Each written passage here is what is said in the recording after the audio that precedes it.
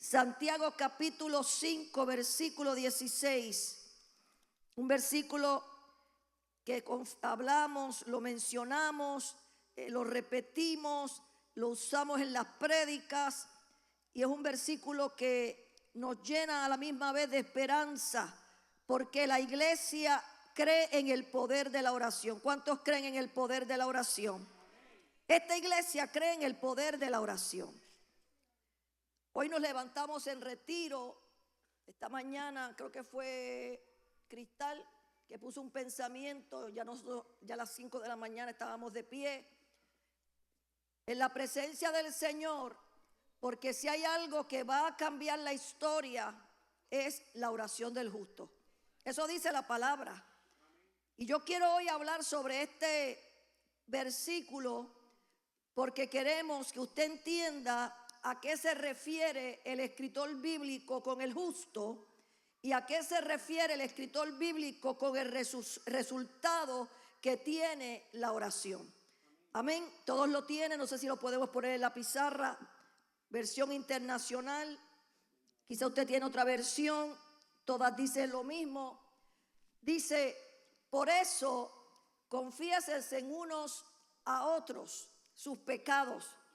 Oren por otros para que sean ¿qué? Sanados. La oración del justo es poderosa y ¿qué más dice? Y eficaz. Hay otras versiones que dicen: la oración del justo puede mucho. ¿Sí o no? La oración del justo es poderosa y eficaz. Y yo lo creo. Señor, te doy gracias por tu palabra. Queremos en esta noche, este primer servicio de miércoles de este año 2026, no solamente traer un pensamiento, sino también presentar ante ti nuestras peticiones, nuestras cuitas, y que salgamos de aquí reconociendo que cuando el justo ora a tu presencia ocurren cosas grandes y maravillosas. Aquí hay una iglesia que te ha creído, aquí hay una iglesia que se ha comprometido, aquí hay una iglesia que hoy ha llegado hasta este lugar, quizás luego de un trabajo de todo el día, luego de quizás problemas y enfermedades, porque hemos creído que la oración del justo puede mucho. Por eso te pido que no salgamos de aquí como hemos llegado, sino por el contrario, que salgamos bendecidos a la gloria del Padre, del Hijo y del Espíritu Santo. Amén. Puede sentarse y vaya pensando, escuche bien, vaya pensando cuál es su petición primordial esta noche. ¿Cuál es lo que hay o qué es lo que hay en su corazón que usted quiere pedirle a Dios que Dios obre un milagro? Quizás usted pueda decirme: pastora, por mi familia; pueda decirme: pastora, por mis hijos; pastora, por un trabajo; pastora, por mi país; pastora, por la economía. Usted puede tener muchas peticiones, pero lo importante es que cuando un pueblo se unifica creyéndole a Dios, suceden cosas grandes y maravillosas. Mire, y es experiencia personal. Han habido momentos en mi vida en que quizás las fuerzas desfallecen, pero cuando doblamos rodillas recibimos fuerzas nuevas. Esta mañana a las 5 de la mañana yo dije: ay, Dios mío, yo me había acostado tardísimo. Yo dije: no, pero hay un compromiso. Y cuando hacemos un compromiso con Dios, escúchalo bien, con Dios, ese compromiso, cuando usted lo cumple, suceden cosas grandes y maravillosas. No estamos haciendo 21 días de ayuno simplemente por decir que estamos ayunando. Estamos diciendo que vamos a separar un tiempo para Dios, para que ocurran cosas grandes y maravillosas en la iglesia y en mi familia. Porque no solamente estamos pidiendo, ¿verdad, Yael? A veces nos enfocamos en pedir, solamente pedir, pero también cuando usted va de rodillas, usted agradece. Y cuando usted agradece, el cielo, mi amado, se abre también a su favor. Y en la gratitud de los santos, escuche bien, porque esta palabra no es para cualquiera, es clara cuando dice que la oración de ¿quién? Del justo. Y yo quiero definir en esta noche con ustedes parte de lo que dice este pensamiento. Ese versículo 16 habla de una oración eficaz. Este pasaje se centra en el poder transformador que tiene la oración. Yo me crié en un ambiente donde la prioridad en nuestro servicio no eran los coros. ¿Qué era la prioridad? La oración. Cuando se decía un domingo temprano, porque en mi tiempo, cuando se hacían los ayunos, se hacían los domingos, la iglesia abría a las 6 de la mañana, había escuela dominical, se hacía servicio y estábamos a veces todo el día o a veces regresábamos en la noche o en la tarde a adorar a Dios, y la gente venía porque entendía que cuando un pueblo se unifica y va a la presencia del Señor, ocurren cosas grandes y poderosas. Por eso cuando la gente entraba, los paralíticos, yo vi gente, mi amado, en sillones de ruedas entrar a un servicio y sin nadie tocarlo, solamente con el poder de la intercesión y de la oración salían de pie. Yo no sé cuántos vieron eso, pero yo vi eso. Y estoy orando a Dios porque la Biblia dice que el mismo Dios de antes es el mismo Dios de ahora. Así que si antes Dios tenía poder para que cuando el paralítico entraba saliera corriendo, todavía Dios tiene poder para hacer milagros. Y yo creo que parte de la clave de que los milagros no estén ocurriendo es que se nos ha olvidado ir al principio, a la esencia. ¿Y cuál es la esencia? Antes decía, yo me acuerdo cuando en la administración de los jóvenes decían BOA. ¿Quién se acuerda lo que era BOA? Eso mismo, Biblia, oración y ayuno. ¿Tú sabes de eso? Se hablaba de BOA, decían vamos a BOA. Y usted decía la Biblia primero, la oración y el ayuno. Y cuando usted le decía a la iglesia hay que ayunar, la iglesia venía, mi amado, a ayunar. Cuando usted decía, en mi iglesia los cultos de oración eran los lunes, hay culto de oración, usted podía ver 300 personas. Mi iglesia era una iglesia, primero empezó pequeña, luego creció, habíamos más de 500 miembros. Y cuando tú venías un lunes y tú veías 300 personas, quizás más, de rodillas, no había cántico, no había nada, era desde el principio hasta el final en intercesión. Y por eso era que la gente venía a los servicios y no había que tocar a nadie, porque en el momento que la gente simplemente entraba por la puerta, los milagros ocurrían. Y a veces uno habla de esto y la gente se queda como, bueno, ¿en qué tiempo yo viví? Bueno, todavía ese Dios de hace 20, 30, 40 años es el mismo Dios que todavía quiere hacer milagros en la vida nuestra. Y si tenemos que empezar o retornar al principio, yo creo que es lo mejor que le puede pasar a la iglesia.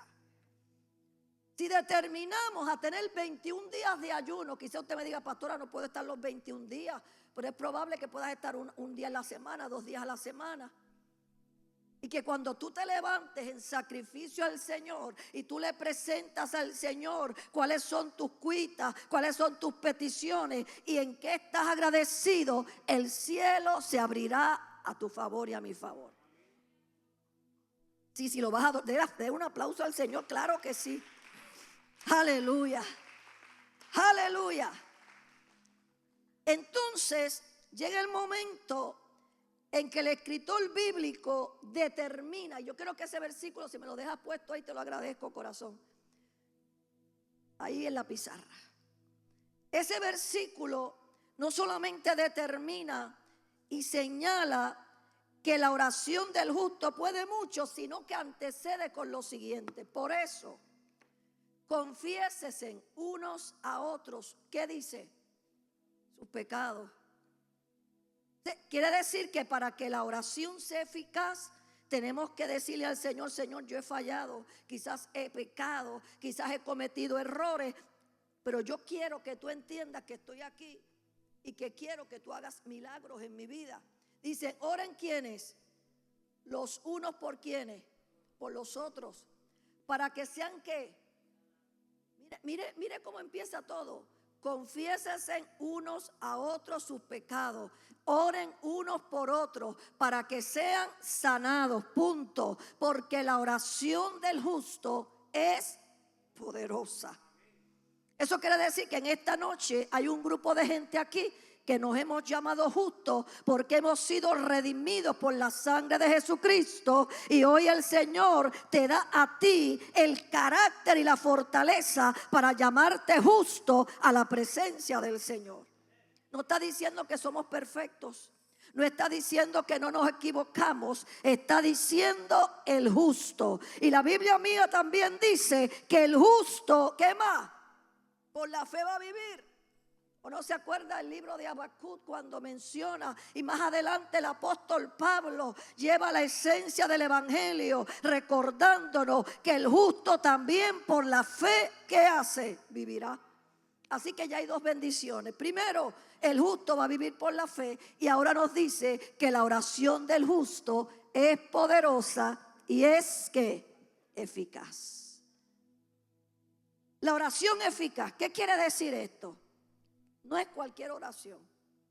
No es una oración repetitiva que usted se la memorizó, que usted la menciona todo el tiempo. No. Es una oración que se hace con fervor, con pasión y con entrega, buscando la voluntad de Dios que va por encima de mi voluntad.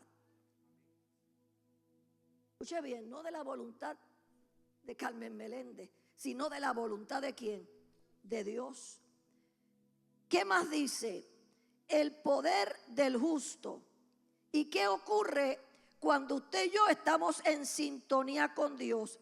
Porque el justo vive con una relación cercana con Dios, conociendo sus propósitos y alineando mis peticiones, tus peticiones con ellos, como lo hizo Elías. Por eso la palabra del Señor menciona que Elías era un hombre sujeto a las pasiones suyas y mías. Un hombre que pecaba, un hombre que tenía batallas, un hombre que tenía lucha. Pero a pesar de todo eso, la oración de este hombre detuvo la lluvia y luego abrió los cielos para que la lluvia descendiera. ¿Qué más ocurre con la oración? En la oración hay confesión y hay perdón. Porque antes de la sanidad y el poder se debe confesar las ofensas, orando los unos por los otros, mostrando humildad y arrepentimiento, lo cual es la clave para que Dios escuche. Si usted está enojado con alguien y usted ora, yo le garantizo que esa oración no va a pasar de ahí.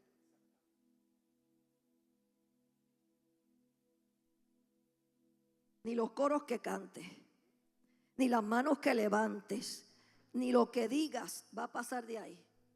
Pero cuando tú reconoces que quizás tienes algo en tu corazón contra alguien, y antes de usted ir a la presencia de Dios a orar, usted dice: yo voy a confesar mis pecados, yo voy a confesar mis ofensas, yo voy a permitirle al Señor que me dé la clave de lo que es arrepentimiento para que mi oración se escuche.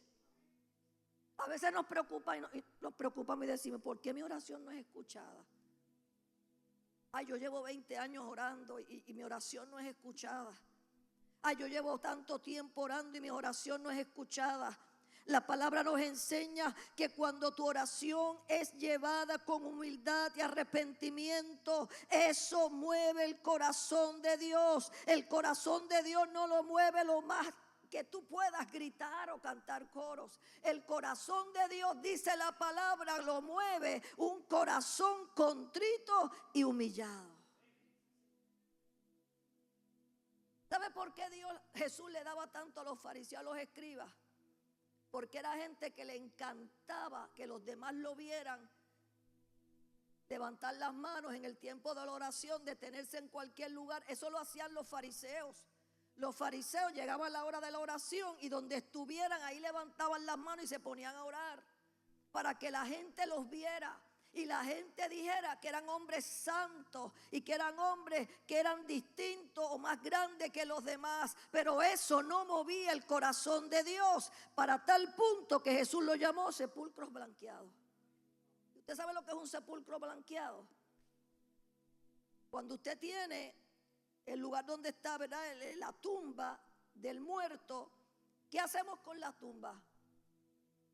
La limpiamos, las pintamos, las ponemos bonitas, pero adentro todavía hay un muerto que está podrido, que hiede, ¿sí o no? Por fuera aparenta que todo está bien, pero por dentro hay todavía, mi amado, muerte. Y Jesús le llamaba a estos hombres que querían aparentar que su oración era eficaz y que era más grande que la oración de los demás, levantando las manos y que los demás lo vieran. Usted sabe la oración que llega al cielo, la oración que nadie escucha y solamente le escucha a Dios. Esa oración que en el cuarto de guerra, en el cuarto secreto, quizá usted se tira de rodillas donde nadie lo ve, lleno de lágrimas, lleno quizás de dolor, y le dice al Señor: Señor, sin ti yo no puedo, sin ti yo no doy más. Quizás la gente lo vea a usted o me vea a mí, a veces no sabe lo que estamos viviendo, pero Dios nos recuerda que cuando tú y yo estamos en sintonía con Él, ocurren cosas grandes y maravillosas.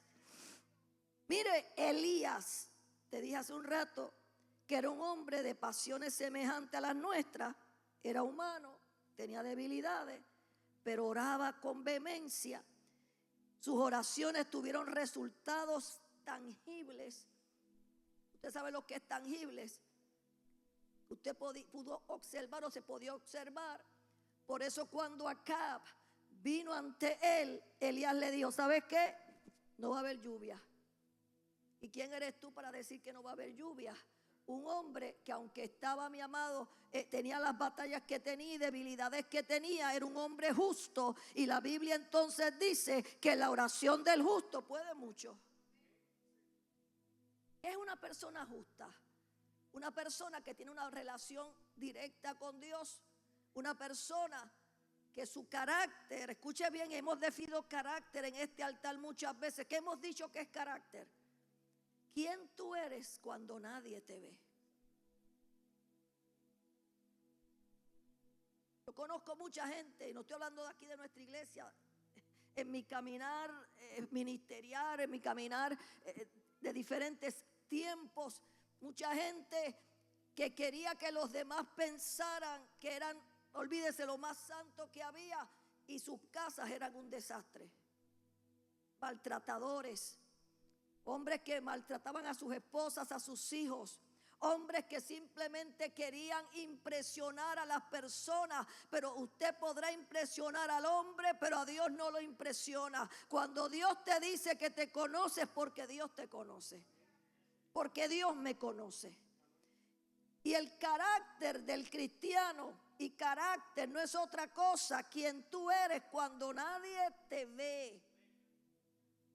Cuando llega la tentación, quizás en la televisión, y tú tienes el carácter de apagarlo y decir: eso no me es de bendición, lo voy a apagar. Cuando usted abre la computadora y le sale un pop de la computadora que te dice: dale clic para que vean más allá, y tú dices: no le voy a dar clic, porque usted tiene, mi amado, el poder de Dios sobre su vida. Eso es carácter. Nadie te ve, pero Dios nos ve.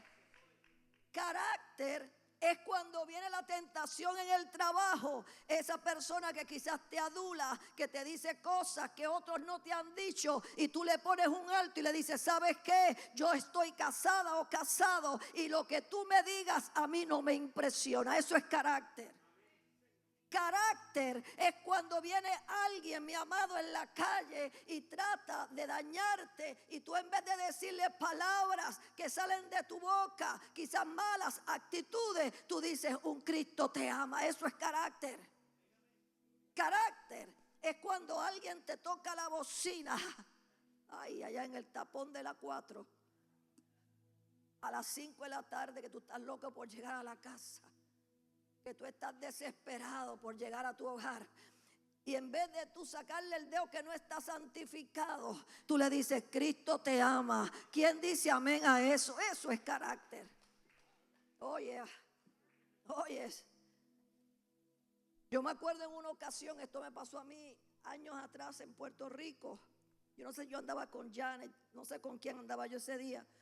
Y frente a mí había un pastor de una iglesia conocida en mi pueblo. Un pastor que usted no podía subirse al altar si usted no tenía la falda a los tobillos. Si usted se había cortado el pelo, usted no podía. Si usted se arreglaba, usted no podía. Si usted usaba pantalla, usted no podía. Bueno, una santidad tremenda. Y un día estábamos en esa calle principal subiendo hacia mi casa, a donde vivíamos. Y él está frente a mí, frente a nosotros, y frente a él había otra persona. Y la otra persona no se movía. Había algo que no le permitía avanzar. Y este pastor no solamente sacó la mano y comenzó a maldecir al otro, sino que llamado que se baja del carro invitando a pelear al otro. Y yo estaba detrás viendo esto. Y yo decía, wow. Y cuando él me vio, porque yo toqué bocina, cuando él miró para atrás y me vio y nos vio, porque éramos más de uno, se montó en el carro y yo creo que duró más de un año que yo no lo volví a ver, no lo volví a saludar. ¿Por qué? Porque carácter es lo que tú eres cuando nadie te ve. Ay, pastora, ¿quién dice que no nos ha pasado en algún momento de la vida donde nos hemos visto confrontados con la realidad y el viejo hombre quiere salir? No nos va a pasar. Pero ahí es cuando tú determinas decirle al viejo hombre, te tranquilizas, bájale 2 rayitas. ¿Sabe por qué? Porque yo creo que la gente debe pensar que yo soy justa y justo y que yo tengo un buen carácter. Que algún momento nos va a pasar, claro, a mí me ha pasado, ay, un montón de veces, donde hemos perdido quizás en el momento y uno se molesta y pasan cosas, claro que ha pasado. Pero también el reconocimiento en el momento en que nos damos cuenta que nos hemos equivocado, el poder tener un diálogo, una palabra con esa persona y decirle, mira, me equivoqué. Aunque haya gente que no le interese que tú lo hagas, de todas maneras, tú le vas a demostrar que tú eres una persona justa, justa. Porque el justo, por la fe que dice la palabra, vivirá. Sigo. Sus oraciones fueron tangibles. Había sequía, luego hubo lluvia, demostrando que Dios obra a través de la oración de fe. ¿Cuáles fueron las implicaciones de esto? Primero, transformación. Nuestra oración puede transformar situaciones, sanar enfermedades y traer un avivamiento espiritual. ¿Queremos avivamiento? Doblamos rodillas. ¿Queremos avivamiento? Doblamos rodillas. ¿Queremos milagro? Doblamos rodillas. ¿Queremos que Dios trabaje en la familia? Doblamos rodillas. ¿Queremos que Dios nos use? Doblamos rodillas. ¿Queremos que Dios abra las ventanas de los cielos a nuestro favor? Doblamos rodillas. Y a veces decir doblamos rodillas, es probable que tú no lo puedas hacer todo el tiempo, pero en tu auto tú lo puedes hacer. En tu oficina tú lo puedes hacer. La palabra me dice que oremos sin cesar. Cocinando tú puedes orar. Manejando tú puedes orar. Que la gente te mire y que vea que tú estás moviendo los labios y no hay nadie contigo. No te preocupes. Preocúpate porque la oración que tú estás haciendo va a llegar al cielo. Y ese día Dios tomará control de tu día y terminarás con un día bendecido. Por eso tú no te puedes ir de tu casa sin antes decirle a Dios, Señor, pongo mi día en tus manos, porque tú no sabes qué tú vas a enfrentar. Tú no sabes qué vas a enfrentar cuando salgas de la puerta de tu casa. Por eso cuando tú te levantas y le dices a Dios, Señor, yo te pido que yo tenga un día bendecido y tú seas mi piloto, mi copiloto, estés conmigo, me acompañe, que cualquier cosa que el enemigo quiera hacer sobre mi vida queda cancelado por el poder de tu palabra. Eso, mi amado hermano, tú lo puedes hacer en la mañana. Cuando tú sales por la puerta de tu casa y tú dices, Señor, entrego mi día en tus manos. ¿Por qué? Porque el Señor conoce tu levantar y tu acostar. Él sabe quién tú eres. Él sabe quién es Carmen Meléndez. La participación en la obra de Dios. Dios elige usar nuestras oraciones para llevar a cabo su propósito en la tierra, abriendo una puerta para su intervención. No estamos hablando de magia. No es pedir lo que queremos, sino pedir según la voluntad de Dios. Porque la fe nos permite ver más allá de lo invisible y creer que Él puede hacerlo. La Biblia dice que el tiempo de los milagros no ha terminado. Y yo quisiera que antes que la trompeta suene, cada iglesia pudiera tener una experiencia grandísima de lo que es Dios y de lo que hace Dios. Usted me dirá, pero pastora, ya eso era antes. La oración ferviente de una persona justa tiene mucho poder. La oración ferviente de una persona justa cambia la historia.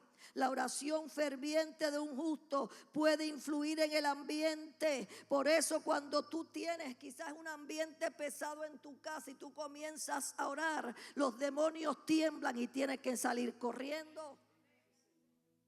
¿O a usted no le ha pasado que de repente, de buenas a primeras, usted sale con una discusión con su pareja y usted no sabe ni por qué? Y de repente uno de los dos tiene que darse cuenta, para, que esto no está bien, esto no es normal. Esto no viene de parte de Dios.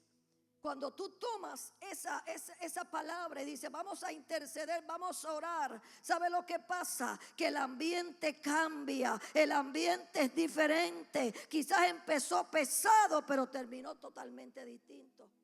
A mí me ha pasado. Yo a veces digo, Dios mío, pero este día no comenzó como que bien, como que las cosas no están marchando como uno quisiera. Pero ahí nos recordamos que la oración del justo puede mucho. ¿Qué significa? Primero, nos dice confesar nuestros pecados los unos a los otros. Santiago, si usted lee el libro de Santiago, el libro de Santiago está repleto de consejos prácticos para afrontar situaciones de nuestra vida cristiana. Santiago nos habla de la lengua, ¿sí o no? Santiago nos habla de la verdadera religión, que son las viudas y los huérfanos. Usted no ha leído el libro de Santiago, léalo. Santiago nos habla y nos da consejos prácticos para aquellos que hemos conocido a Dios y aquellos que estamos pasando por dificultades. ¿Qué dice Santiago? Algunos de ustedes están pasando por dificultades, ora. Alguno está enfermo, ora. Alguno tiene problemas, ora. Llama a los ancianos de la iglesia para que vengan y oren por ti, te unjan con aceite en el nombre del Señor. Que es una práctica que se ha olvidado en muchas iglesias. Todavía está el aceite aquí. Aquí está.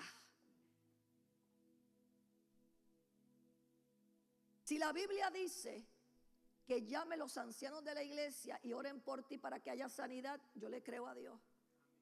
En esta iglesia siempre ha habido aceite. Este pote es nuevo, este no es el que estaba antes. Y mucha gente a veces me dice, pastora, deme un poco de aceite para llevarlo a mi casa para orar.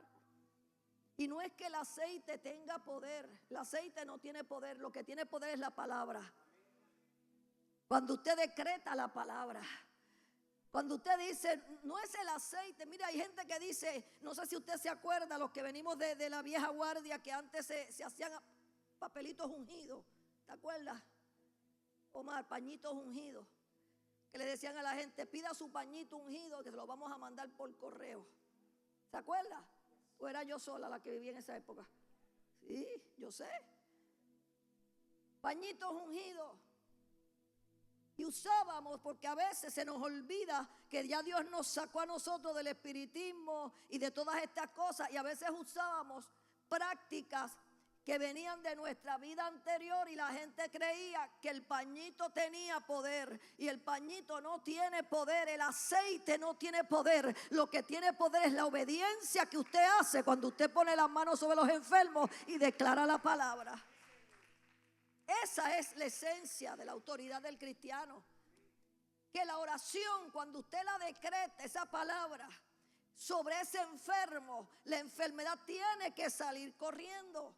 Por eso cuando Jesús oraba por los enfermos, declaraba una palabra y la enfermedad se iba. Cuando había un endemoniado, Jesús declaraba la palabra y los demonios se iban corriendo. Y usted dirá, pero era el Hijo de Dios. Pero es que mi Biblia dice que cosas mayores haríamos nosotros. ¿Por qué? Porque hay una promesa de Dios sobre la iglesia. No solamente sobre esta iglesia, sino sobre las iglesias alrededor del mundo. Una iglesia poderosa es una iglesia que ora. Y no solamente estamos hablando de tener un culto de oración. Porque hay gente que dice, ay, que no hay culto de oración. No, usted debe orar en su casa. Es parte de su agenda como cristiano. Presentarse a Dios en oración. Porque volvemos a repetir, porque la oración del justo puede mucho. Mire, Santiago decía, una oración que se ofrece con autoridad y con fe sanará al enfermo. El Señor hará que se recupere, y si ha cometido pecados, ¿qué dice la Biblia? Le serán perdonados. Mire si la oración tiene poder, que aún los pecados serán perdonados. Ese es el poder de la oración eficaz. La palabra original traducida como enfermo en el pasaje que se refiere aquí Santiago es una enfermedad de gravedad o de muerte. Una enfermedad que no tiene remedio. Cuando un creyente cae enfermo de gravedad, debe ponerse en contacto con los ancianos de la iglesia, que son responsables de supervisar las necesidades espirituales dentro de la iglesia. Y cuando hablamos de ancianos no tiene que ver con la edad, porque a veces los ancianos de la iglesia son la gente más mayor de la iglesia. No tiene que ver con la edad, tiene que ver con gente que va a estar pendiente de la vida espiritual sana de esa iglesia. Y a veces la gente dice, pero es que no estoy hablando de esta iglesia, estoy hablando en general. Hay gente que dice, es que en mi iglesia no hay nadie que pueda tener el poder para orar. Es que eso no tiene que ver con que tú puedas o no puedas. El poder lo tiene la iglesia. Y usted es parte de la iglesia. La oración eficaz del justo puede lograr mucho. Está relacionado específicamente con la enseñanza sobre la sanidad. Sigue directamente con instrucciones de confesarnos los unos a los otros, orar los unos por los otros para ser sanados. Santiago sugiere que a veces la enfermedad puede ser el resultado del pecado no confesado. Eso no quiere decir que todos los casos sea igual. No está diciendo que todas las enfermedades tienen que ver o sean como consecuencia del pecado, solo que algunas dolencias tienen su origen en el pecado.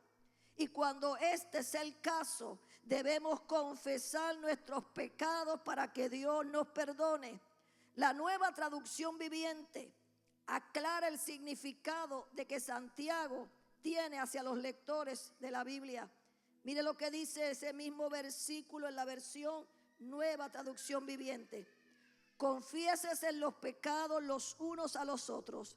Oren los unos por los otros para que sean sanados, porque la oración ferviente de una persona justa tiene mucho poder y da resultados maravillosos. Anote esa versión, Nueva Traducción Viviente, me encanta. Lo voy a repetir una vez más. Nueva Traducción Viviente, capítulo 5, versículo 16. Confiésense en los pecados unos a otros, oren los unos por los otros para que sean sanados, porque la oración ferviente de una persona justa tiene mucho poder y da resultados maravillosos. Y eso es lo que queremos, resultados maravillosos. Yo quiero en esta noche, aquellos que estamos acá, que estamos esperando que este año 2026 ocurran en nuestra vida cosas extraordinarias. Cuando la palabra del Señor, usando esta versión, Nueva Traducción Viviente, habla o dice, tiene mucho poder. Viene del origen del griego traducido, es que se es capaz. Y estamos buscando una iglesia que sea capaz, que tenga poder y sea capaz de ver milagros. Y yo quiero ser parte de esa iglesia. Yo no sé usted, déle ese aplauso a su Dios. Yo no sé usted, pero yo quiero ser parte de esa iglesia. Pastora, yo no sé orar. Ay, usted no sabe de la de gente. Me dice, yo no sé orar. ¿Y quién te dijo que para orar usted tiene que tener un libro? ¿Quién te dijo que para tú orar tienes que coger un curso?